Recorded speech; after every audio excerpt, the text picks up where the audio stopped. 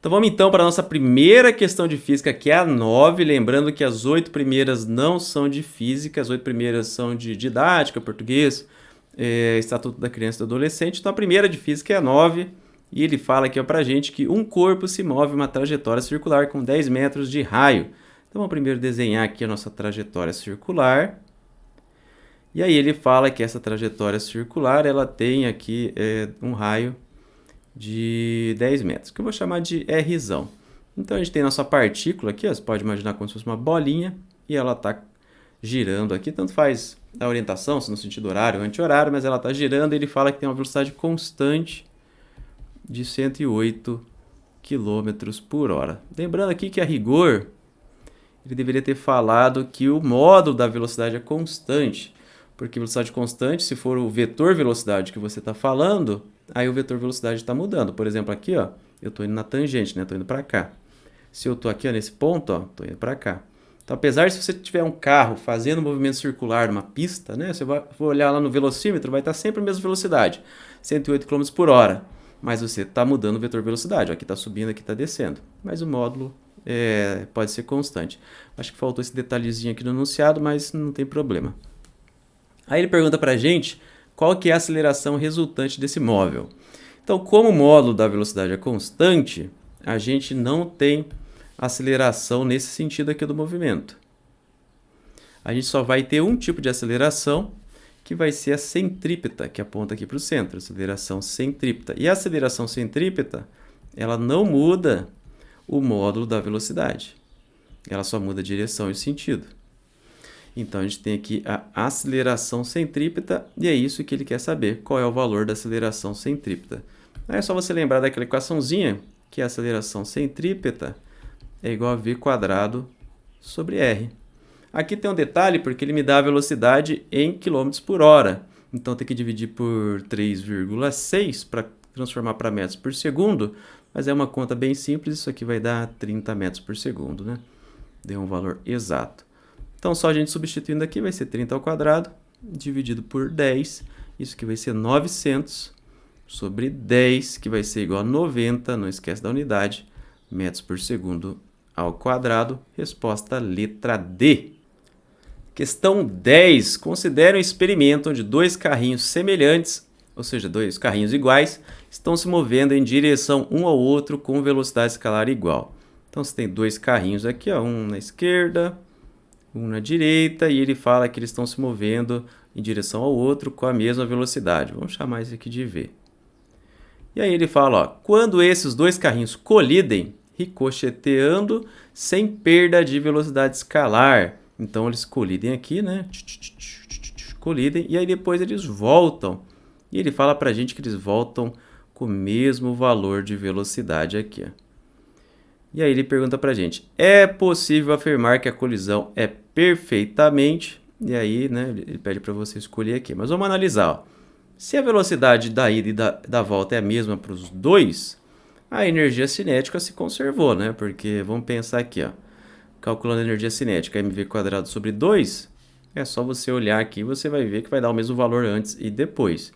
Quando a energia cinética se conserva, a gente fala que é uma colisão elástica. Então, a gente está aqui entre a letra A e a letra C. Letra B já foi embora, letra D já foi embora. Então, estou entre a A e a C. Porque a energia foi perdida, ou muita energia foi perdida, ou nenhuma energia foi perdida. Claramente aqui é nenhuma energia, né? A gente partiu dessa informação aqui. Então, resposta letra C. Na 11, ele fala assim para a gente, duas polias A e B acopladas por uma correia de massa desprezível, inextensível e sem atrito se movem com velocidades angulares de 15 π radianos por segundo e 45 π radianos por segundo, respectivamente. Então, vou imaginar aqui que eu tenho uma polia. Essa vermelha é a A, essa azul aqui ó, é a B, e elas estão ligadas por essa polia aqui, por essa correia. É como se fosse uma bicicleta aqui, tá? Imagina uma bicicleta, aqueles eixos lá da bicicleta. Aí ele fala pra gente que a velocidade angular da vermelhinha, que eu estou chamando de A, é igual a 15 π radianos por segundo. E da B, que eu vou chamar de ômega B, é igual a 45 π radianos por segundo. respectivamente, né? Aqui, ó, tá dizendo qual que é A e qual que é a B. Assinale e seguir o raio dessas polias. Aqui logo de cara você já vê que o exercício está zoado, porque ele te dá em F. Provavelmente ele está falando da frequência e não do raio das polias. E se você perceber, a resposta A C e a D, elas são iguais. No gabarito ele está dizendo que a resposta é a letra B, o que não faz sentido mesmo se a gente considerar que F seja igual a R. Vamos fazer, considerando que F é igual a R, só para você ver como que eu faria o exercício, mas mesmo assim não bate aqui com a resposta dele, mas claramente esse exercício está errado. O que a gente consegue perceber aqui? Ó? Apesar da velocidade angular delas serem diferentes, porque elas são de tamanhos diferentes, essa correia ela tem sempre a mesma velocidade. Vamos supor que a correia aqui, ó, a velocidade dela é 2 metros por segundo. Então, em qualquer ponto que eu pegar aqui, ó, a velocidade vai ser a mesma, 2 metros por segundo. Né? Hipoteticamente, esse valor não existe, estou só tentando explicar. Vamos lembrar que a gente consegue relacionar essa velocidade com a velocidade angular igual a V igual a ômega R. Então, se eu quiser escrever isso para vermelhinho, eu vou dizer assim, ó, VA igual a ômega A vezes RA. Se eu quiser fazer para azul, vai ser VB igual a ômega B vezes RB, onde R é o raio da polia. Agora, repare aqui comigo, que é o argumento que eu dei antes, que essa velocidade aqui, ó, linear é sempre a mesma. Então, VA é igual a VB. E ômega, ou seja, se esse lado aqui é igual, esse lado aqui também vai ter que ser igual. Então, posso igualar esses termos aqui, vai ficar assim, ó, ômega RA igual a ômega B RB. Aí, o que eu quero? Eu quero... Não sei o que eu quero, porque a resposta está esquisita, mas vou fazer RA sobre RB, porque tem FA sobre FB, vamos supor que é RA sobre RB que você quer. Então, vou passar o B para lá dividindo e esse ômega para cá também dividindo. Então, vai ficar assim, ó, RA sobre RB igual a ômega B sobre ômega A. E aí eu posso substituir os valores que ele deu para a gente aqui, ó. O ômega B é 45π e o ômega A é 15π. Cortando aqui, ó, vai ficar 45 sobre 15, que é 3. Ou seja, RA sobre RB é igual a 3, que é a resposta A, C e a D também, né? Esse exercício aqui não rolou. Questão número 12. Ao afirmar que uma estrela se encontra a 12 anos-luz da Terra, significa que para ser vista por um observador na superfície da Terra, ele dá algumas opções para a gente. Vamos primeiro aqui relembrar qual que é provavelmente o que ele está querendo ver se a gente sabe. Anos-luz não é uma medida de tempo, apesar de ter anos aqui no nomezinho dela. Anos-luz é uma medida de distância. É a distância que a luz viajou em um ano. Então, você observa o quanto que a luz percorreu em um ano, isso é um anos-luz.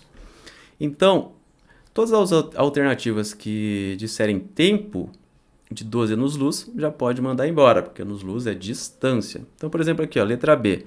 A luz gastou o tempo de 12 anos-luz. Não está correto. Letra C. A estrela gastou o tempo de 12 anos-luz. Não existe tempo de 12 anos-luz. Anos-luz é distância. E D, a luz que a estrela emite viajou um tempo de 12 anos-luz. Então, logo de cara, a gente já consegue eliminar a B, a C e a D. Então, sobraria só a resposta A. E ele fala, a estrela viajou 12 anos-luz. Essa frase, a estrela viajou 12 anos-luz, está fisicamente correta. Agora, em relação à pergunta que ele fez, não faz muito sentido. Porque ele fala assim, ó, ao afirmar que uma estrela se encontra a 12 anos-luz da Terra, significa que para ser vista por um observador na superfície da Terra, a estrela viajou 12 anos-luz, não faz muito sentido, porque para a gente observar ela viajou 12 anos-luz, faria mais sentido se fosse a luz que ela emitiu viajou 12 anos-luz. Mas a estrela está a 12 anos-luz, igual a resposta, igual a pergunta mesmo fez. Sobrou só a letra A, o gabarito está dizendo que é letra A, mas eu tô em dúvida aqui porque não faz sentido a pergunta com a resposta. Essas três aqui com certeza estão erradas, então eu não sei, gente. Esquisito. Questão 13, dois móveis distantes 200 km, então tem um móvel aqui, ó, e o outro aqui. Eles estão distantes 200 km, partem simultaneamente em movimento uniforme e em trajetória retilínea na mesma direção, porém em sentidos opostos.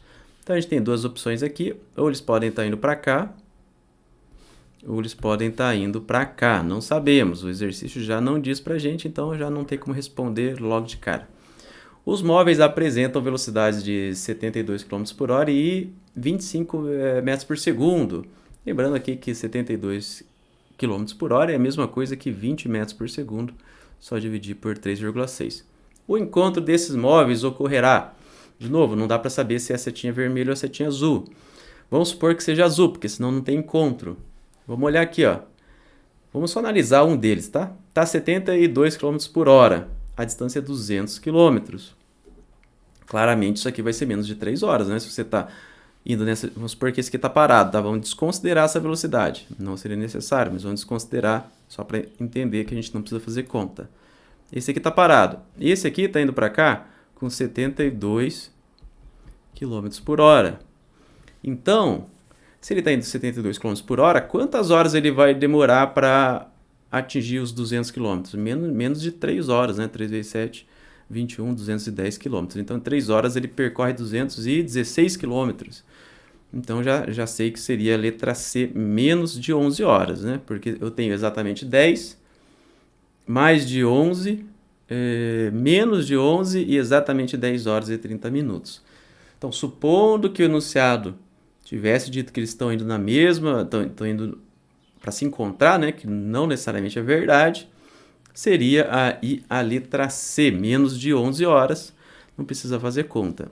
Eu acho que esse exercício, e aí bate com o gabarito que eles forneceram, que esse exercício deveria ser o seguinte aqui, ó.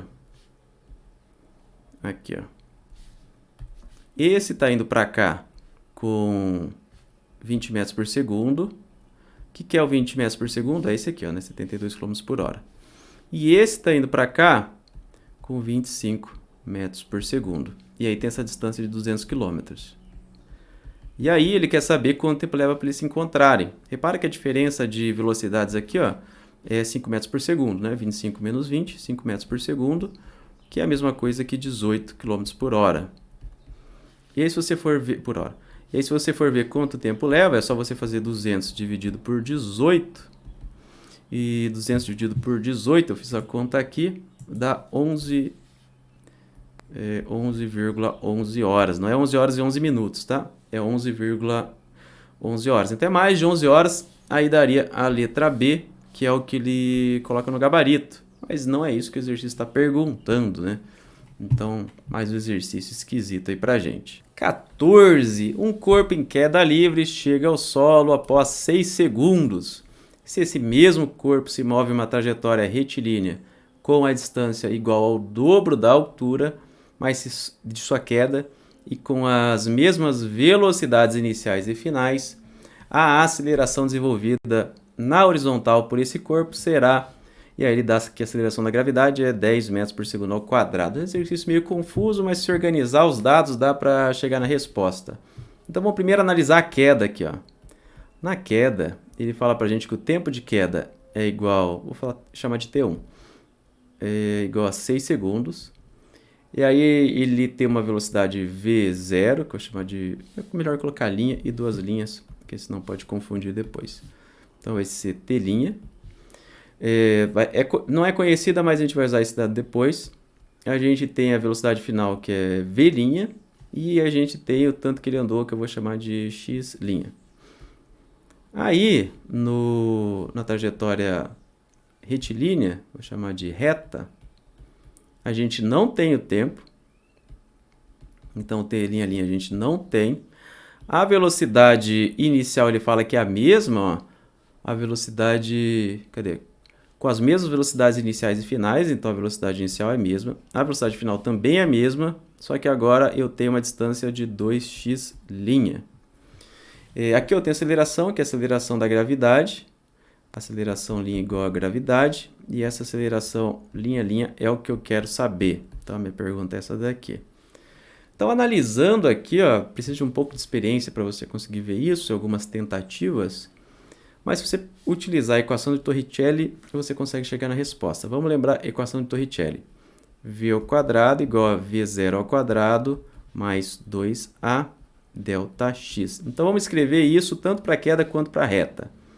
Para queda primeiro, vai ficar V' ao quadrado igual a V0' ao quadrado mais 2G delta x', ou só x', né, nesse caso aqui, da maneira que eu estou escrevendo, x'. Já para o movimento reto aqui, nessa trajetória retilínea, eu vou ter as mesmas velocidades, lembra? Então, vai ser V' ao quadrado também, V0' ao quadrado, mais 2 vezes a aceleração que eu quero, vezes 2x', né?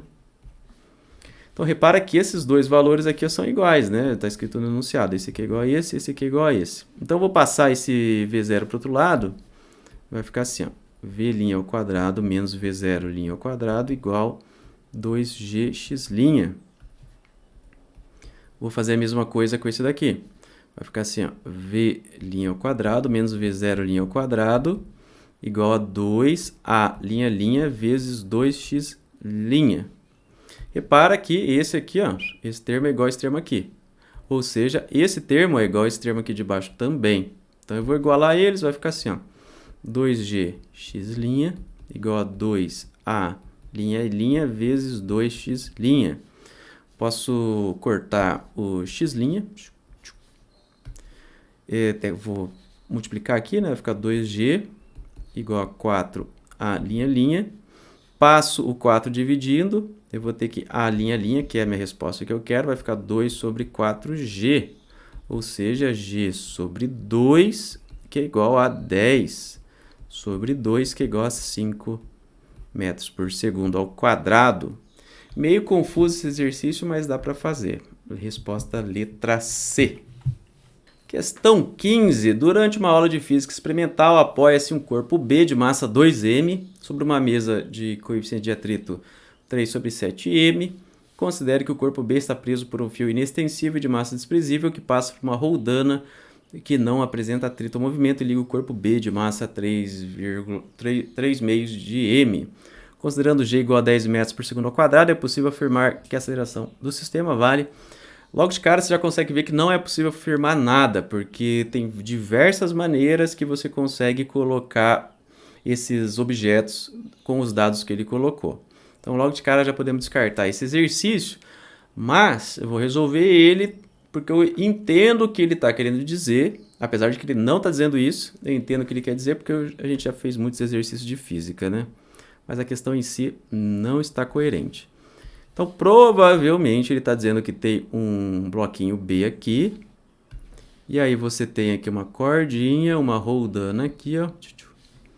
E aqui liga com outro bloquinho, o bloquinho A, aqui embaixo. Provavelmente, ele está querendo dizer isso, mas, de novo, não é isso que está escrito no enunciado. Beleza. Aí, ele fala para a gente aqui, ó, as massas e pergunta qual a aceleração do sistema. Como é que a gente faz para achar a aceleração do sistema? Segundo a lei de Newton, o somatório das forças igual a massa vezes a aceleração. Na direção do movimento, vão ter duas forças aqui. Vai ter para cá o peso do bloquinho A, lembrando que o azul é o A. E a gente vai ter também aqui o atrito, a força de atrito, que vem do bloquinho B, né? O A é de atrito, não é do bloco A. Então, como que eu faço essa questão aqui? Ó? Vai ser somatório das forças, ou seja, na direção do movimento eu tenho o peso do A, menos a força de atrito, que a força de atrito ela se opõe ao movimento, igual a massa, só que aqui é somatório das massas, né? Então é massa A mais massa B vezes a aceleração. Então essa é provavelmente o que eu tenho que resolver. Eu vou isolar o A logo de cara aqui, ó. Vai ficar A igual a PA menos força de atrito dividido por MA mais MB. O PA é bem fácil de fazer, né? O peso aqui do A é igual à massa do A vezes a gravidade. Já a força de atrito vai ser μ vezes a força normal. que vai ser igual a μ vezes a massa do B, vezes a gravidade. Posso substituir tudo. Então, eu vou ter que a aceleração a aceleração do conjunto, né, vai ser igual a MAg menos μ MBg dividido por MA mais MB. Aí eu vou substituir os dados do enunciado agora. Então, eu vou ter que A vai ser igual a MA, quanto que vale? 3 meios de M, né? 3 sobre 2M vezes 10, que é o G, menos o μ. Ele não fala se é o μ estático ou cinético, então vamos considerar que os dois são iguais, tá? Coisinha de atrito aqui, beleza. 3 sobre 7M vezes a massa do B, que é 2M, vezes gravidade, que é 10. Tudo isso dividido por 3 sobre 2M mais 2M. Vamos fazer algumas simplificações aqui. Isso aqui vai dar para a gente 30 sobre 2M menos 60 sobre 7m ao quadrado. Tudo isso dividido por 7 sobre 2m. Então, eu cheguei aqui até agora. Vou passar esse 2 aqui embaixo multiplicando todo mundo. E o m, vou cortar os m's aqui também. Esse m corta com esse m, que corta com esse quadrado aqui. Então, vai dar 30 menos 120 sobre 7m sobre 7. Isso aqui, ó, agora a gente tem que meio que caçar aqui, ó, alguma resposta parecida para a gente colocar no formato que ele quer. Ele quer que tenha um 47 em volta, embaixo. Um 47 embaixo. Então, eu vou multiplicar em cima e embaixo por 7. Em cima e embaixo por 7 vai ficar 21. Ele quer que fique 49, né? Não sei o que eu falei aqui. Ele quer que fique o 49 embaixo. 7 vezes 7, 49. Por isso que eu vou multiplicar em cima e embaixo por 7. Liberar um espacinho aqui. Isso aqui vai ficar igual a 30 vezes 7, 210. Menos, vai cortar o 7 com esse 7, 120m. E aí todo mundo divide 7 vezes 7, 49, né? Tem alguma resposta parecida? Resposta letra B. Mas lembrando que não era isso que ele está dizendo no enunciado. É só porque provavelmente é, mas não é exatamente isso que ele está dizendo que é. Questão 16. Um corpo de 5 kg parte do repouso do ponto A, distante 10 metros do solo. Então, vamos colocar aqui, ó. Essa distância eu vou chamar de H1. Opa, nossa, que H feio. Deixa eu fazer aqui de novo.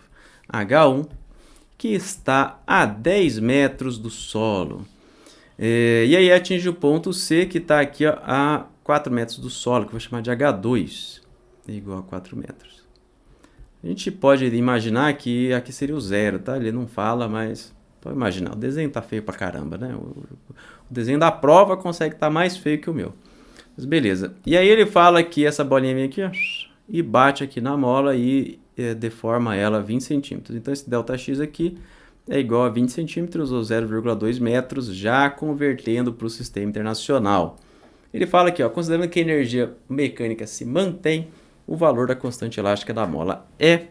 Esse exercício de conservação de energia, bem simples de fazer. E aí eu sempre resolvo conservação de energia da minha maneira, que é se perguntando aonde que estava a energia e para onde que ela foi. Então, inicialmente, a gente tinha energia potencial gravitacional, ou seja, mgh1. Depois, ela foi aqui embaixo, não interessa essa parte aqui, mas ela chegou aqui em cima. Então, ó, eu ainda estou num H2, então essa energia potencial gravitacional parte dela continuou como energia potencial gravitacional, só que parte dela virou energia potencial elástica, kx² sobre 2. Então vamos lá, de novo, qual que é a estratégia aqui para a gente trabalhar com conservação de energia sem precisar ficar decorando quase nada aqui. Aonde que estava a energia e para onde que ela foi? Então ela estava só como energia potencial gravitacional, ela continuou um pouquinho como energia potencial gravitacional, mas virou também, parte dela virou energia potencial elástica. Então, onde que ela estava e para onde que ela foi, é assim que eu gosto de ensinar, acho que fica muito mais fácil. A gente quer o K aqui, né? Então, eu vou isolar o K. Primeiro, vou passar o mgh2 para o outro lado. mgh2 igual a kx² sobre 2. Vou colocar aqui em evidência, vai ficar mg h1 menos h2 igual a kx² sobre 2. Eu quero K, vamos lembrar. Então, vou passar o 2 multiplicando. H1 menos H2 dividido por x². Isso é o K. Agora é só substituir os números e tá feito o exercício. Então, vamos lá. 2 vezes 5 vezes 10, que é a gravidade. Aqui é 10 menos 4. Dividido por 0,2². Cuidado com as unidades. Então, aqui em cima deu a 50, 100. 100 vezes 6 dividido por 0,2². Isso daqui vai me dar igual a 600 dividido por 0,04. Se você tem dificuldade em fazer divisão com número menor do que 1, só você arrastar a vírgula para o lado, ou seja, quero sumir com essa vírgula para ficar mais fácil, é só multiplicar em cima e embaixo por 100. Ó, vou fazer 100 em cima e 100 embaixo. Estou multiplicando por 1 na realidade, mas é só para facilitar a conta. 0,4. Porque eu sei que se eu passar a vírgula dois lados, some a vírgula, né?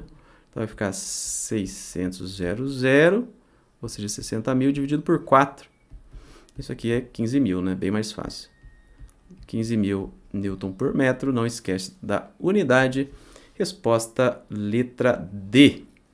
Questão 17. A questão 17 tem um texto gigante que não serve para nada. Deixei ele aqui no cantinho, aqui, ó. Cortei ele fora porque ele não ajuda a gente. Mas a questão 17 é o seguinte. João adora mountain bike. Treina diariamente para se tornar um grande atleta dessa modalidade. Após o treino de hoje, ele apresentou o seguinte esquema para o seu treinador. Aí tem um desenho sem vergonha aqui. No esquema, João retratou 3 pontos específicos nos quais vem apresentando dificuldade e quer melhorar a sua performance. Considerando que a massa do João é 60 kg e que ele parte do repouso no ponto mais alto da pista, qual deverá ser a velocidade máxima do João? Essa velocidade será máxima em qual ponto? Primeiro aqui, ó. Esse B ele deveria ter colocado que isso aqui é o nosso 0 metros, né? Senão não tem como saber. Mas olhando o gabarito, olhando as respostas possíveis, provavelmente o B é 0 metros. Ele considera o solo ali, ele considera o 0 no ponto B. Não necessariamente seria verdade, o B poderia ser 1, 2, 3, tanto faz, tá? Mas vamos supor que seja 0. Claramente, se você já estudou um pouquinho de conservação de energia, o ponto mais baixo vai ser o ponto B, nesse caso. E aí, de novo, a gente está falando de conservação de energia, é só a gente se perguntar onde estava a energia e para onde que ela foi. Então, ele estava inicialmente aqui, nessa altura, que eu vou chamar de H1, e aí ele foi aqui para o B, né? Então, o que a gente tem inicialmente? Energia potencial gravitacional, mgh1, e para onde que ela foi? Ela completamente aqui, ó, virou energia cinética, considerando energia potencial gravitacional 0 no ponto B. Mas, de novo, a gente não sabe qual a altura que é o ponto B. Estou supondo que seja 0. Isso aqui é igual a mv² sobre 2, ou seja, virou energia cinética. Posso já cortar a massa, não influencia. Preciso isolar o V. O V é igual a raiz de 2GH. É só a gente substituir os valores. Gravidade é 10, ele fala pra gente. E o H também é 10. Isso aqui dá raiz de 200. Raiz de 200 é a mesma coisa que 2 vezes 100. Raiz de 100 é 10, então vai ser 10 raiz de 2. Raiz de 2, ele fala pra gente que é 1,4. Então vai ser 10 vezes 1,4, que é igual a 14 metros por segundo. Então, ponto B, velocidade 14 metros por segundo. Resposta letra C. Questão 18. Um jogador chuta uma bola com velocidade inicial de 30 metros por segundo, formando um ângulo de 30 graus com horizontal. Então, a gente tem aqui, ó, a horizontal. Ele faz esse chute aqui com velocidade V. E aqui é θ, que é igual a 30 graus. Considerando que o alcance da bola é o dobro da altura máxima atingida, podemos afirmar que o alcance foi D aproximadamente. Então, ele diz que o alcance é o dobro da altura máxima atingida. Não precisaria saber a altura máxima para calcular o alcance. Nós vamos calcular a altura máxima e aí depois a gente tenta calcular o alcance. Então, beleza. A gente precisa decompor essa velocidade em Vx e Vy. É só decompor aqui, não é tão difícil. O Vx vai ser igual a V vezes o cosseno de θ, que é igual a 30 vezes o cosseno de 30, que é igual a 30 raiz de 3 sobre 2 metros por segundo. Já o Vy é igual a V seno de θ, que é igual a 30 vezes o seno de 30, que o seno de 30 é meio, né? Então vai dar 15 metros por segundo. Então esse é o Vx, esse é o Vy. Como que eu vou calcular a altura máxima? Vou imaginar que o nosso movimento, imaginar não, né? Ele é assim, ele vai ser uma parábola, certo? No topo da trajetória vai ser a altura máxima, correto? Só que nesse topo, a velocidade em y, não em x. Em x é sempre constante. A velocidade em y vai ser zero. Então, eu vou utilizar a equação do Torricelli. Vamos lembrar aqui, ó, Vy ao quadrado. Essa é a final, tá? Essa aqui é a inicial, velocidade inicial.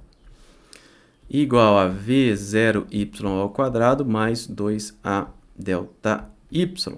Onde esse ΔY é a altura máxima, que é o que eu quero calcular. Vamos lembrar aqui, ó, no ponto da altura máxima, essa velocidade aqui é zero, porque ela começa a subir, depois começa a cair, mas na altura máxima o Vy é zero. Então aqui, isolando o ΔY, que é o que a gente quer, vai ficar V0y ao quadrado igual a 2 vezes a gravidade é menos 10, apontando para baixo, colocando sinal negativo, vezes ΔY. Então, vai ser menos 15 ao quadrado igual a menos 20 vezes ΔY.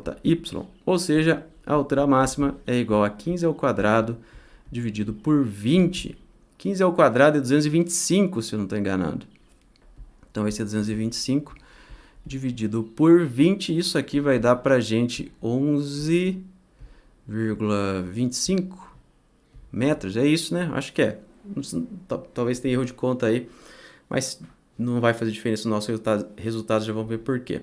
Porque esse é a altura máxima. Como o alcance é o dobro, é multiplicar por 2. Então vai dar 22,5 metros. Não passa nem perto das respostas do gabarito. Então aqui não tem nenhuma resposta correta neste exercício. Questão 19. Considerando o sistema sem atrito representado aqui nessa figura, a aceleração vale. Ele quer saber qual que é a aceleração. Bem simples esse exercício. É só a gente utilizar a segunda lei de Newton, somatório das forças, igual a massa vezes a aceleração.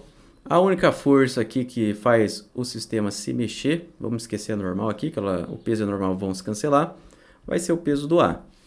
Então, eu vou ter que o peso do A vai ser igual ao somatório das massas, MA mais MB, vezes a aceleração. O que é o PA? O peso do A é a massa do A vezes a gravidade. Isso aqui é igual a MA mais MB vezes a aceleração. Quero isolar a aceleração, porque é isso que ele estava me perguntando. Então, vai ficar MAG dividido por MA mais MB. Agora, é só substituir a informação que ele deu para a gente, que MA é igual a 4MB. Então, vai ficar 4MB vezes G, dividido por 4MB mais MB. Isso aqui vai ser igual a 4MBG dividido por 5MB. Aí eu posso cortar o MB com MB. Ficou 4 sobre 5G. 4 sobre 5G. Tem resposta no gabarito? Sim, vamos ver. 4 sobre 5G. Resposta letra C. Questão 20. A força centrípeta que atua sobre objetos em trajetórias circulares pode também ser definida pela segunda lei de Newton. Não acrescentou nada, né? Sobre a razão entre RCPA e RCPB, é possível afirmar que... Ele não me disse o que é RCPA e RCPB, então não posso afirmar nada. Esse exercício eu já descartaria logo de cara. Mas eu posso tentar entender o que ele quis dizer mesmo sem dizer, né? E aí já é coisa minha. Eu acho que ele está querendo saber qual é a força centrípeta nesses casos. Então, vamos imaginar aqui o A, que está fazendo esse movimento circular aqui, ó. Eu quero saber qual é a força centrípeta. A força centrípeta vai ser a força que aponta para o centro da trajetória. Nesse caso, eu vou ter duas forças aqui agindo. Eu vou ter o peso do A e eu vou ter a normal do A. Lembrando aqui que eu estou tentando entender o que o cara está pedindo, ele não está pedindo isso. Então, a força centrípeta, nesse caso, vai ser igual ao peso do A menos a normal do A. Por que eu estou colocando nesse sentido? Ó? Porque o que aponta para o centro eu estou chamando de positivo, o que não aponta para o centro eu estou chamando de negativo. Aí, por B, é esse círculo aqui, ó, mais ou menos, né? Então, agora eu tenho o peso do B para cá e a normal do B para dentro. E aí, trocou o sinal aqui do que era antes. Então, RCPB vai ser igual a normal do B menos o peso do B. Como ele quer que eu faça a razão entre CPA e CPB, ou seja, ele quer esse de cima dividido pelo de baixo. Então, aqui ele quer PA menos NA dividido por NB menos o PB. Aí, se você olhar aqui, você vai ver que não tem nenhuma, né? Mas eu tenho que multiplicar por menos 1 em cima e embaixo. Aí, quando eu faço isso, a resposta fica NA menos o PA dividido por PB menos o NB. E agora tem? Agora tem aqui, né? Resposta letra B. Mas esse exercício também não rolou. 21. Um sistema de geração eólica possui pás de 20 metros conectadas a um eixo de geração que em regime normal gira a 120 RPM. Então a gente pode imaginar aqui o eixo de rotação e uma pá, vou só desenhar um risco aqui, tá? Essa aqui seriam as pás, por exemplo, tá? Depois faz bonitinho aí se você quiser. Ele está falando para a gente que o comprimento dessas pás aqui são de 20 metros. E ele gira a 120 RPM, ou seja, a velocidade angular é igual a 120 rotações por minuto. A gente pode converter isso aqui para o sistema internacional. Cada rotação é igual a 2π radianos. Então, isso aqui vai ser 120 vezes 2π radianos por minuto, porque as rotações estão por minuto. Só que o minuto são 60 segundos. Então, vai ficar assim, ó, 120 vezes 2π radianos, só trocar aqui minuto por 60 segundos, por 60 segundos. Aqui o que você faz, só termina a conta, né? Divide 120 dividido por 60, vai dar 2. Então, vai ser 2 vezes 2π radianos por segundo, que vai ser igual a 4π radianos por segundo. Só convertir para o sistema internacional. A sua velocidade angular, mas eu já estou colocando, né? E a distância aproximada em metros que a extremidade de uma pá percorre em 1 segundo são, respectivamente. Então, eu já adiantei aqui um pouco, ó, a velocidade angular é 4π radianos por segundo. Considerando π como 3,14, então isso aqui vai ser 4 vezes 3,1, vou colocar 3,1 ou 14, pode ser, radianos por segundo. Isso aqui vai dar para a gente aproximadamente igual 12,56 radianos por segundo, né? Que é o que ele deu ali para a gente. Não precisava fazer a conta, é só você saber que não é 6, né? É 12. Beleza. Então, essa já eliminamos aqui a A e a B. Aí ele pergunta aqui, ó, a distância que uma pá percorre em 1 segundo. Vamos lembrar como é que a gente compara as grandezas lineares com as angulares. A única que eu sei de cabeça é V igual a ômega R. Mas a gente tem outra também. A gente pode colocar x igual a θr e A igual a alfa R. Então, a gente consegue relacionar a velocidade, o deslocamento, né, o quanto percorreu em função do ângulo, e a aceleração com a aceleração angular. Eu só sei essa aqui de cabeça, e aí eu só comparo e se percebe que elas são todas bem parecidinhas. Então, claramente, eu vou utilizar essa aqui do meio, x igual a θr, onde R é o raio da trajetória, então se eu estiver considerando um ponto aqui na extremidade, o R vai ser 20 metros. O θ é o ângulo aqui que ele percorreu, esse θ aqui. E esse θ é só eu tirar ele da velocidade angular. Porque olha só comigo aqui, ó. Se ele percorre 12,56 radianos por segundo, esse aqui não está em graus, tá? Está em radianos isso aqui. Se ele percorre 12,56 radianos por segundo, em um segundo ele percorreu quantos radianos? 12,56. Então esse x vai ser igual a 12,56 vezes o 20 metros. Aí é só você fazer a conta, bem simples de você perceber que isso aqui é aproximadamente igual a 251 metros, né? Não precisa nem fazer a conta completa. Ou seja, a resposta é a letra D. 22. O gráfico representa um movimento ondulatório periódico, onde o eixo horizontal denota o tempo em segundos e o vertical a variação do módulo da amplitude. Assinale a equação que representa corretamente o gráfico. Esse é um exercício bem simples, é só para assustar mesmo. Basicamente, eu vou analisar só esse ponto aqui, ó. Esse ponto aqui, 0,5, não é isso? Então, esse aqui é 0,5 quando o tempo é zero. Então, eu vou colocar tempo zero em todas essas equações aqui, eu vou ver qual que dá 0,5. É só isso, só vou bater e vou ver qual que dá certo. Então, no tempo igual a zero, o resultado tem que dar 0,5. Então, vamos fazer no primeiro o A aqui, ó, 0,5 vezes o seno de ômega, onde tem t, que é o tempo, eu coloco zero, né? Então, isso aqui vai ser 0,5, seno de zero, e seno de zero é zero, é zero. Resposta zero. Não é a letra A, porque segundo a letra A, no tempo t igual a zero, ele deveria estar aqui embaixo. Letra B. Vamos substituir aqui, ó, 0,5 cosseno de 2π vezes zero, vai ser 0,5 vezes o cosseno de zero. Cosseno de zero é 1, então isso aqui deu 0,5. Esse aqui ainda está no páreo. Letra C, 1 vezes o cosseno de 2π vezes o zero. A gente já fez essa conta aqui em cima, vai dar 1 vezes o cosseno de zero, que é igual a 1. Não é. Então, letra C já caiu fora. Letra D, ó, de novo aqui tem o seno, né? Seno de zero é zero, então a letra D vai dar zero. Então, a única possível é a letra B. Letra B é a resposta. Questão 23. A imagem representa o comportamento do ciclo de Carnot. Em relação às fases dos ciclos, assinale a associação correta. Ou você pode saber de cor quais são os 4 passos, ou você pode simplesmente ler aqui, ó, né? Interpretar. Ó.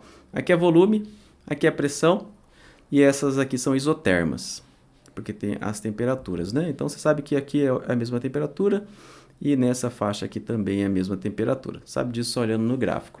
Então, vamos lá, no 1. O volume está aumentando ou está diminuindo? Está aumentando. Então, é uma expansão ou é uma compressão? Uma expansão. Então, a letra D já caiu fora.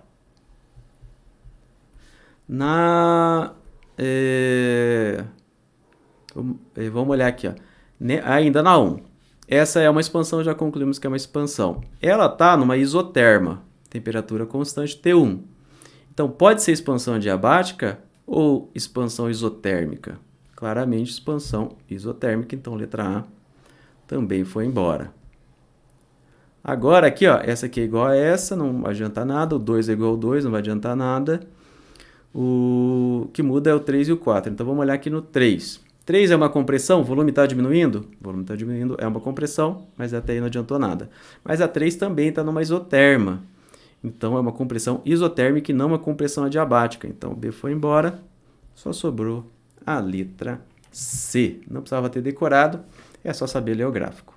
O fluxo magnético φ em uma superfície plana é proporcional ao campo magnético, à área da superfície plana e ao ângulo entre o fluxo magnético e um vetor ortogonal à superfície plana em radianos ou graus, que é dado em Weber, sendo representado pela equação. Basicamente, ele quer saber se você sabe a equação do fluxo, né? A gente aprende assim, ó, fluxo igual a B, produto escalar com A, e aí você pode escrever isso como BA cosseno de θ, né? E é só você lembrar disso daqui. Resposta letra A. Nenhum segredo nessa questão. 25. A passagem do estado termodinâmico para o outro é efetuada através de um caminho que define o tipo de processo entre esses estados. Em relação a tais processos, analise as afirmativas a seguir. Processo isotérmico, a passagem de um estado a outro acontece mantendo a pressão constante. É claro que não. Isotérmico, né? É temperatura constante. Então, a 1 já não está na correta. Já eliminamos aqui, né? 2. Isobárico, que é pressão. A passagem de um estado a outro acontecendo mantendo a temperatura constante. Você nem precisaria saber o que é isobárico, é só você saber que temperatura constante é isotérmico. Também não é. 3. Processo isocórico ou isométrico, eu também conheço por isovolumétrico. A passagem de um estado a outro acontece mantendo o volume constante. Correto. Letra A é a resposta. 26. O espectro eletromagnético é uma escala onde as frequências das ondas eletromagnéticas são dispostas em um eixo vertical decrescente no sentido da direita. Não necessariamente, você pode inverter a ordem. Não, mas ele está falando que você tem uma escala para cá e nesse sentido a frequência vai diminuindo conforme você vai indo para a direita. Então a frequência... Vamos fazer o contrário, então, senão a seta vai atrapalhar a gente. Nesse caso aqui, ó, a frequência aumenta para aquele lado. Ou então, se você quiser utilizar o Ni, pode utilizar o Ni aqui também. Então, da esquerda para a direita, a frequência ela vai diminuindo.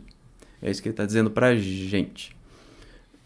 Abrangendo as faixas conhecidas com seus valores e múltiplos de Hertz. De acordo com a ordem decrescente das frequências no eixo horizontal, assinale as faixas que compõem o espectro em ordem decrescente. Então, você quer do tipo de onda eletromagnética que tem a maior frequência para que tenha a menor frequência.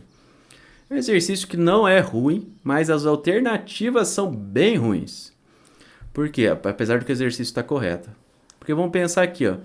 É interessante você perguntar para o aluno se ele sabe se raios gama tem mais energia, se tem a frequência maior do que, por exemplo, infravermelho. Então, se você invertesse a ordem, algumas na ordem correta e algumas na ordem incorreta, faria muito mais sentido. A gente vai ver que o que decide é que a resposta correta é um decoreba bem bobo. A gente sabe que a frequência do raio gama é maior que a frequência do raio X. Então, tem que começar com raios gama. Esses dois aqui já vão embora.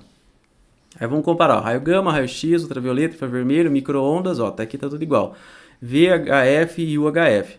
Então, ele está cobrando de você se você sabe qual que tem a maior frequência, UHF ou VHF. Confesso para vocês que eu tive que dar uma olhada aqui, porque a gente... É uma informação que faz muito sentido você saber, não. Mas enfim, a resposta letra B, até que tudo bem você cobrar, mas você poderia ter feito esse exercício de uma maneira muito mais interessante. O exercício se não é ruim, é só mal pensado, né? Então a resposta é a letra B desse exercício. 27. Considerando a primeira lei de Newton, é incorreto afirmar que há referenciais onde um corpo isolado permanece em repouso. É claro que sim, pode estar o corpo parado, ok, não tem problema. Um corpo isolado continua em movimento retilíneo com velocidade constante, que é lá a primeira lei de Newton, né? Que a gente fala que na ausência de...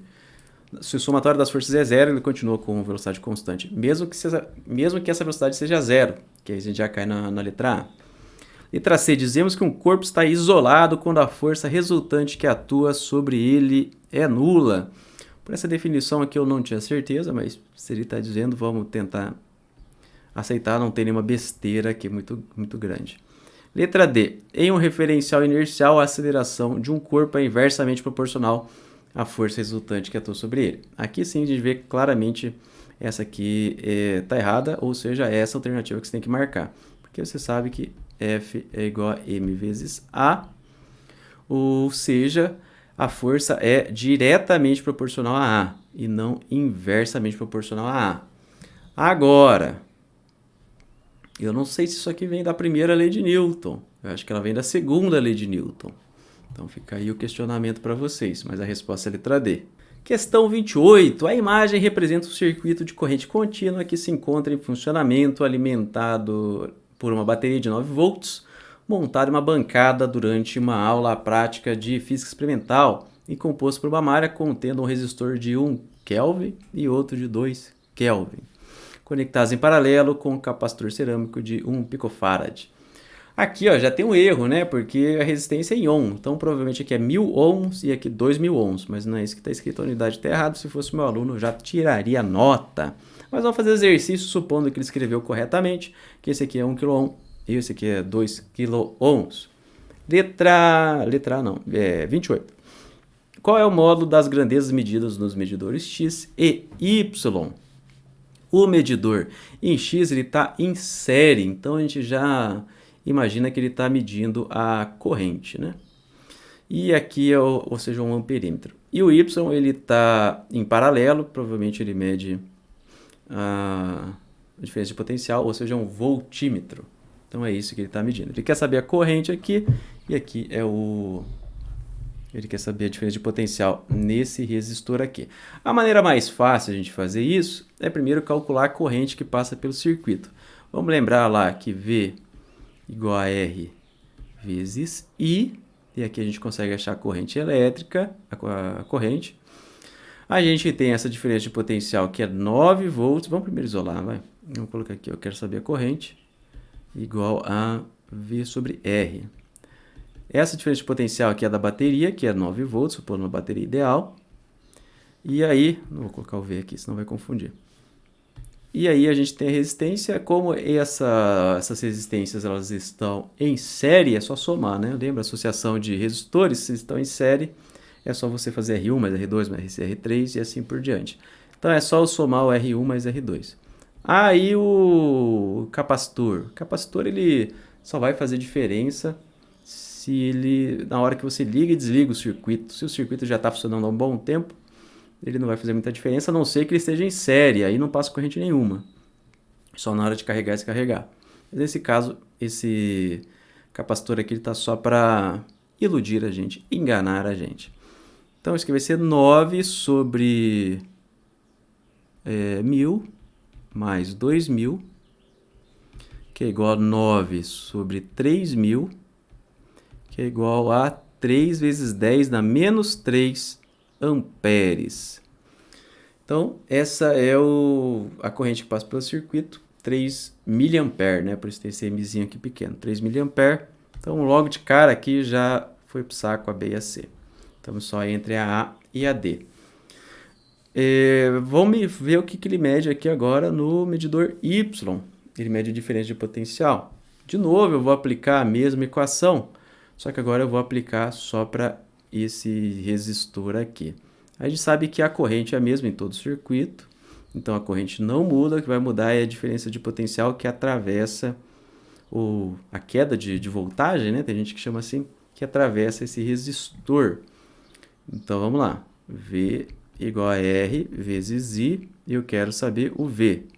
Isso aqui vai ser o R, que vai ser 2000 vezes 3 vezes 10 na menos 3. Isso aqui vai dar igual a 6 volts. Cuidado para não confundir o V com o V de volts. É o mesmo símbolo, mas tentando não confundir aqui, vai pelo contexto. Então a resposta correta é a letra A. Agora o 29. O 29 eu já anotei as informações aqui do 28, porque o 29 é uma continuação do 28. Então tá aqui as informações que a gente obteve no exercício anterior. Vamos olhar aqui, ó. Ele pergunta pra gente qual que são as potências em cada um dos resistores. Como é que a gente vai calcular a potência? Potência igual a I vezes a diferença de potencial que passa por eles. A gente já sabe a diferença de potencial que passa por isso aqui, que eu estou chamando de V2, e a corrente é a mesma no circuito inteiro. Então, a corrente a gente já sabe para todo mundo, e o V a gente sabe só para o 2. A gente precisa calcular o V1. Vamos chamar aqui de V1. Como que eu vou fazer o V1? Vai ser igual a gente fez no exercício 28. A gente vai dizer que V1 é igual a R1 vezes o I. Ou seja, a gente vai ter que o V1 vai ser igual a 1000. Vamos lembrar que está faltando unidade aqui. Então, a rigor, o exercício 29 também não vale. E a corrente é 3 vezes 10 na menos 3 amperes. Então, isso aqui deu para a gente 3 volts. Então, V1 igual a 3 volts.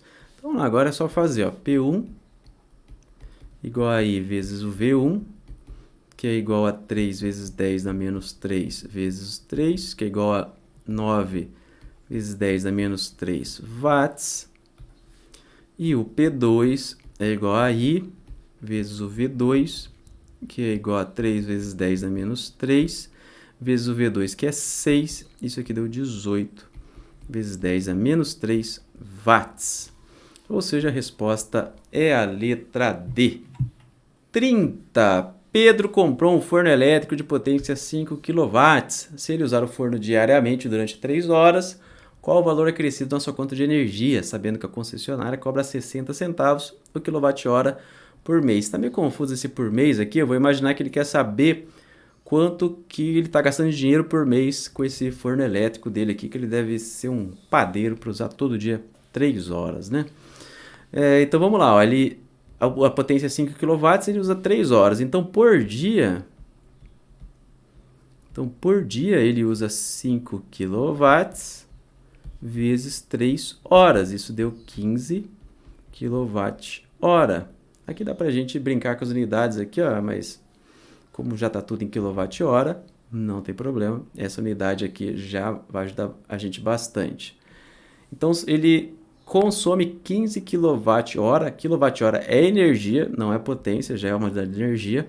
15 kWh por dia. Então vamos ver quantos reais ele paga por dia. Cada kWh é 60 centavos. Então 15 vezes 60 centavos, ou 0,6 reais, vai dar 9...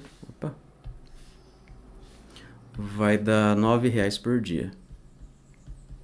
Então ele tem que pagar R$9 por dia. Vamos supor que o mês tem 30 dias, né? Considerando o mês como 30 dias, não é necessariamente verdade, pode ser 28, 29, 30, 31. Então tudo que a gente tem que fazer é 30 vezes 9, que é igual a R$270. Resposta letra C, mas supondo que o mês é 30 dias, que não necessariamente é verdade. Questão 31, a imagem ilustra o fenômeno que representa. Letra A, fluxo de campo magnético de um eletroímã. Vamos pensar aqui, ó, não existem monopolos magnéticos. O que isso quer dizer? Que do ponto de vista de campo magnético, não tem como você ter tipo um campo magnético positivo aqui e um campo magnético negativo aqui, ó, igual ele está representando, do positivo para o negativo. Então aqui seria como se tivesse um monopolo magnético positivo e um monopolo magnético negativo. Não existem monopolos magnéticos, então a letra A não pode ser. Letra B, linhas de campo elétrico de carga opostas. Correto, essa é a resposta que a gente quer, a letra B, mas vamos olhar as outras aqui só para entender por que não. Letra C, fluxo de campo magnético de um ímã permanente. De novo, não existem monopolos magnéticos. No ímã, como é que a gente teria no ímã? No ímã seria tipo assim, ó. Vamos supor que é o positivo e aqui é o negativo, aí é pra cá assim, ó. Né? Daqui pra cá. Daqui pra cá.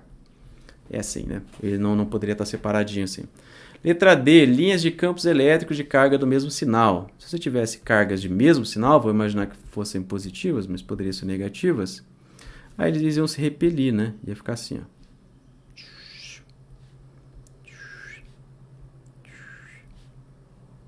Mais ou menos assim. Deu para entender, né? Eles iam se repelir. Como sai daqui e entra aqui, aqui é positivo, aqui é negativo, então só pode ser a letra B. 32, essa foi tudo que a questão 26 não foi. Questão boa essa aqui, eu gosto dela. A banda passante do espectro da luz visível se refere a uma faixa do espectro eletromagnético situada entre as faixas. Então a luz visível está entre quais faixas? Aí aqui você tem que saber um pouco do espectro, mas fica claramente entre o infravermelho e o ultravioleta. Vem infravermelho, aí vem o vermelho, amarelo, laranja, verde, azul, anil, violeta e ultravioleta. Essa é a ordem aqui. Raio-X e raio gama é muito mais energético, raio-X e ultravioleta está lá para frente, infravermelho e micro-ondas está lá para trás. Então a resposta letra C. Questão 33. Uma estrela está situada a 250 anos-luz da Terra. Considerando que a razão entre sua velocidade e a velocidade da luz é 0,2, ou seja, V igual a 0,2C. Sua, eu suponho que, considerando que a sua velocidade, então é a minha velocidade, né? Qual será a sua velocidade e quanto tempo uma espaçonave levará para chegar nessa estrela? Ele não falou a velocidade da espaçonave, né? Mas vamos supor que a velocidade a sua velocidade é a velocidade da espaçonave e vamos considerar também que a gente está observando o ponto de vista do referencial da Terra. Se a gente observar o referencial de dentro da espaçonave, aí já tem dilatação do tempo, contração do espaço e muda. Então a gente está fazendo um monte de aproximações aqui que não estão no enunciado. Mas vamos pensar aqui, ó. Primeiro vamos ver quanto tempo leva para chegar. Se a gente estivesse andando na velocidade da luz, a gente levaria 250 anos para chegar lá, porque um ano-luz é o tempo que a luz percorre em um ano. Então, 250 anos para percorrer 250 anos-luz. Se a gente estivesse na velocidade da luz, a gente está com 0,2 da velocidade da luz. Ou seja, a gente está com 1/5 da velocidade da luz. Então, a gente tem que pegar esse 250 anos e multiplicar por 5. Isso aqui vai dar 1.250 anos. Então, logo de cara aqui já foi embora a e a B. Aí ele quer saber a velocidade. Isso aqui é mais conteira mesmo. Geralmente, eu sei a velocidade da luz só como 300.000 quilômetros por segundo. Mas como ele deu em hora, então aí vai ser o... Vou ter que fazer uma conversão aqui. Então a velocidade da luz vai ser igual a 300.000 quilômetros vezes uma hora, né?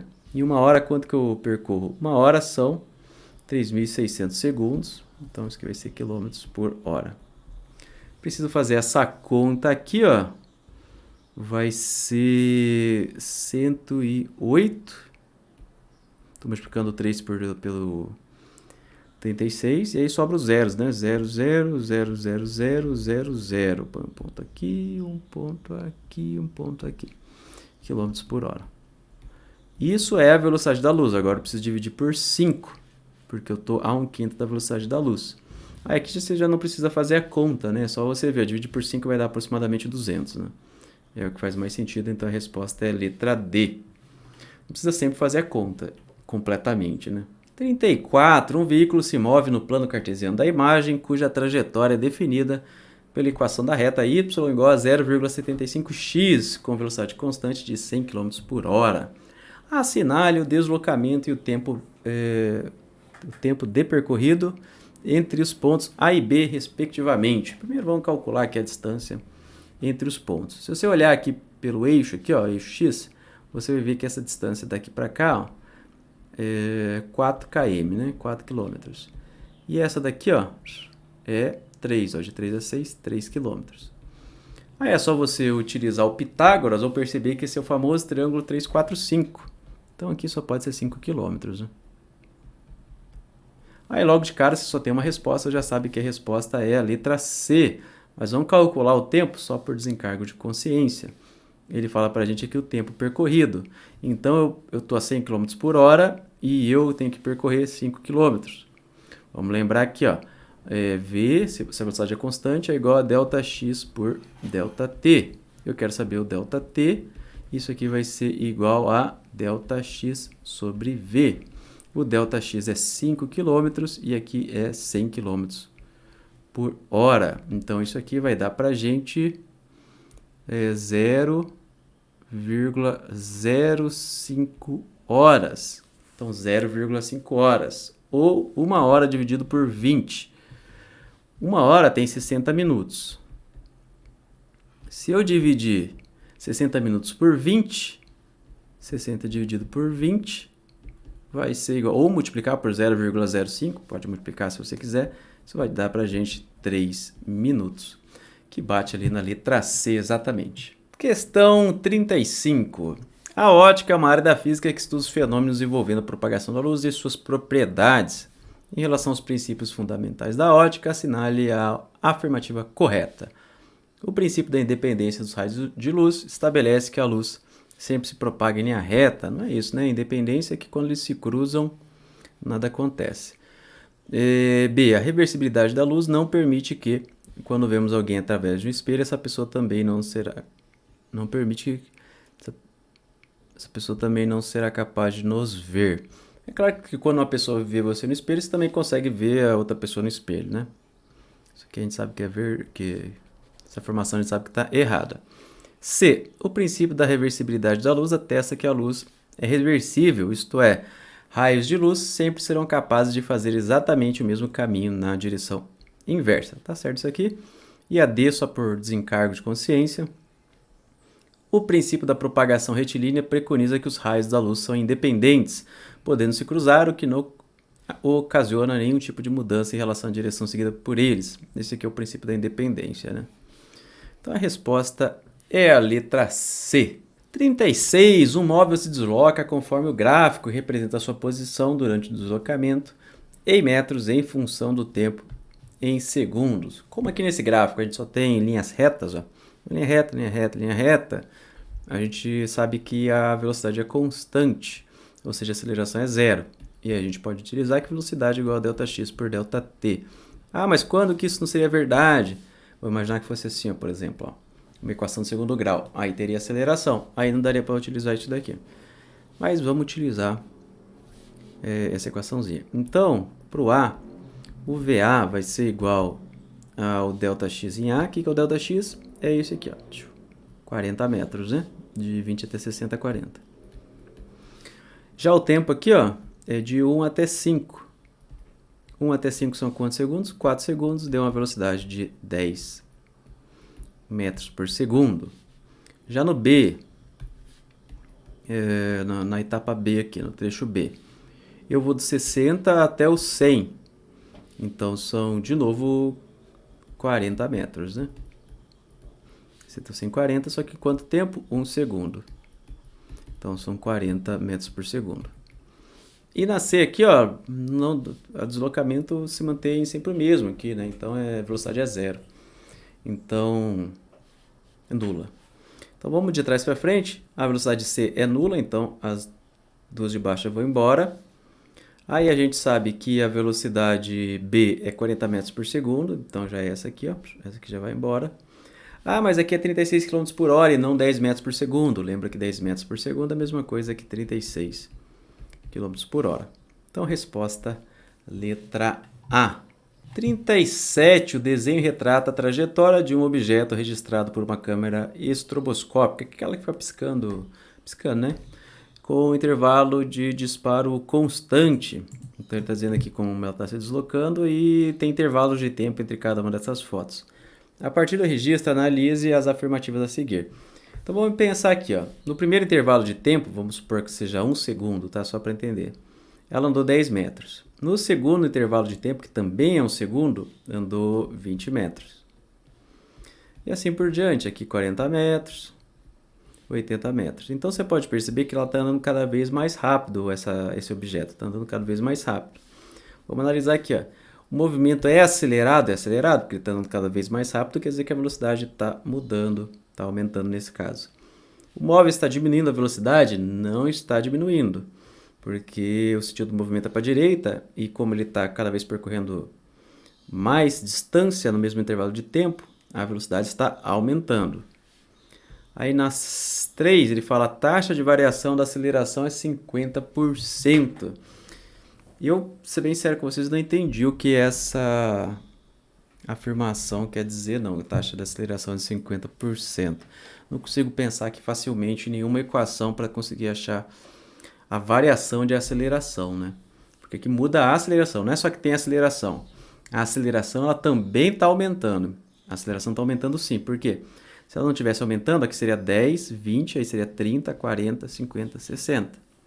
E aí a aceleração seria constante, mas não é. Aqui a aceleração também está aumentando.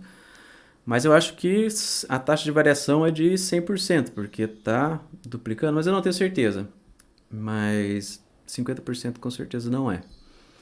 Então a resposta é a letra A, só o movimento é acelerado. 38. Um radar rodoviário possui 2 sensores na pista distantes 10 metros um do outro. Então tem dois sensores aqui e a distância entre eles é 10 metros. Aí ele fala assim, ó, para que o veículo registre os momentos quando passar por eles. Então, imagina um carro passando aqui, passou aqui, registrou nesse sensor, chegou aqui, passou, registrou no outro. Acionando cada um separadamente, assinale o limite mínimo permitido do intervalo de tempo em segundos abaixo do qual o radar registra a multa, cuja velocidade máxima é 50 km por hora. Então, como que o radar ele registra a velocidade? Basicamente, ele pega esse tempo aqui, o que você demora para cruzar os dois sensores, e aí utiliza aquela equaçãozinha V igual a ΔX por ΔT. Isso aqui só vale se a velocidade for constante, mas como a distância é muito curta, a gente vai assumir que a velocidade é constante. Mas nesse caso, a gente quer aqui, a pergunta dele é o ΔT. Então, isolando aqui da equação, vai ficar igual a ΔX por V. E aí, que velocidade que é essa? Eu vou colocar a velocidade máxima aqui, ó, porque aí eu descubro o tempo mínimo. Se eu coloco 50 km por hora aqui embaixo no V, eu descubro qual é o tempo mínimo que uma pessoa pode fazer. Menor que esse tempo, aí ela leva a multa. Só toma cuidado que aqui está em segundos, né? O tempo está em segundos, a distância está em metros e a velocidade está em km por hora. Então, você tem que converter essa velocidade para metros por segundo. É só você pegar os 50 e dividir por 3,6. Primeira divisão não dá, então troca a vírgula e coloca um zero ali. Aí vai 1, 14, 0. Agora vai o 3, né? 3, 90, 108. 108. Aí aqui sobrou 108, menos aqui sobrou 32. Aí não dá, coloca uma vírgula, vai 0 e se não me engano isso aqui é 8, né? Que dá 288, eu acho. Mas já tá bom. E dá mais alguma coisa para cá. 13,8 metros por segundo aproximadamente. Não precisa ser tão perfeito assim. Então eu quero achar esse tempo, vai ser igual a 10 dividido por 13,8. De novo, vamos lá fazer a divisão. 10 dividido por 13,8. Para mandar a vírgula embora, coloca um zero aqui. Não dá para fazer a primeira divisão, coloca um zero aqui. E aqui vai ser 7, né? Vamos já pensar aqui, ó. Se fosse 5, aqui seria 800, não é isso? 800 não, 650 por aí. Então é mais do que 5, é 7. Se for 7, a gente vai chegar mais próximo aqui, vai dar uns 900 e pouco. Então, sem precisar terminar a conta, se você quiser, faz a conta até o final, mas a gente já consegue perceber que a única resposta possível é 0,72. Não precisa chegar até o final da conta, né? Só até onde você tem dúvida, termina a conta onde você já sabe qual é a resposta final. 39. Considerando as leis da termodinâmica, analisa as afirmativas a seguir. A primeira lei da termodinâmica está relacionada com o princípio da conservação de energia, ou seja, a energia não pode ser destruída nem criada, apenas transformada. Está correto isso aqui. A primeira lei da termodinâmica ela fala sobre conservação de energia. Segunda lei da termodinâmica afirma que a transferência de calor acontece por meio do corpo mais quente para o corpo mais frio. Aqui tá correto, mas não é só isso, né? A segunda lei da termodinâmica a gente consegue mostrar que isso é verdade. Mostra que para variação de entropia ser positiva tem que ir do mais quente para o mais frio e não o contrário. Mas vamos considerar que está certo. Terceira lei da termodinâmica, eu acho que a gente não vê isso em nenhum lugar, nem no ensino médio, nem na faculdade, mas colocaram aqui, vamos ver. Tem como objetivo assentar um ponto de referência absoluto que mostre a entropia, que é baseado na primeira lei da termodinâmica. Então aqui, ó, entropia é a segunda lei da termodinâmica, não a primeira. Então aqui a gente já vê que está errado. Essa lei determina que é possível que uma substância pura com temperatura igual a zero apresente entropia em algum valor próximo a zero. Eu não tenho certeza. Terceira lei da termodinâmica não vi nem na graduação, nem no mestrado e nem no doutorado, mas pode ser que alguém tenha visto aí, mas enfim, a resposta é a letra B, corretas 1 e 2. 40, última questão. 2 veículos de entrega a partir de 2 cidades distantes 500 km uma da outra. Então tá aqui, essa distância aqui é igual a 500 km. Aí ele fala assim, ó, para transferir mercadorias em um ponto de parada de veículos localizado a 40% da distância entre as duas cidades de origem. Então aqui é 40%. 40% de 500, quanto que é? 200 km, né? Então aqui tem 200 km e do outro lado, obviamente, sobraram 300 km. Como que eu fiz a conta? 0,4 vezes 500 dá 200. Os dois veículos devem se encontrar simultaneamente nesse ponto de parada. Então eles têm que se encontrar aqui. Um vem daqui e o outro vem daqui. Sendo que o tempo de viagem do veículo da cidade mais distante, então o veículo que sai daqui, tem uma velocidade média de 75, vou chamar de V1, km por hora. Logo, a velocidade do outro veículo deverá ser... Então, o que a gente vai fazer aqui? Ó? Vamos ver quanto tempo esse veículo demora para chegar nesse ponto de parada que a gente quer. Como que a gente vai fazer? Supondo uma velocidade constante, né? Ou utilizando a velocidade média, nesse caso vai dar na mesma. V igual a ΔX por ΔT, ou seja, ΔT é igual a ΔX sobre V. O ΔX é 500 e o V é 70, ou 500 não, 300, né? Opa, 300, porque isso tem que dar 300. 300 sobre 75, isso aqui deu para a gente 4 horas, a gente está trabalhando em quilômetros e em horas. Então, esse carro tem 4 horas para percorrer 200 quilômetros. Então, a velocidade do carro 2 vai ser 200 km dividido por 4 horas, que vai ser igual a 50 km por hora. Resposta letra B.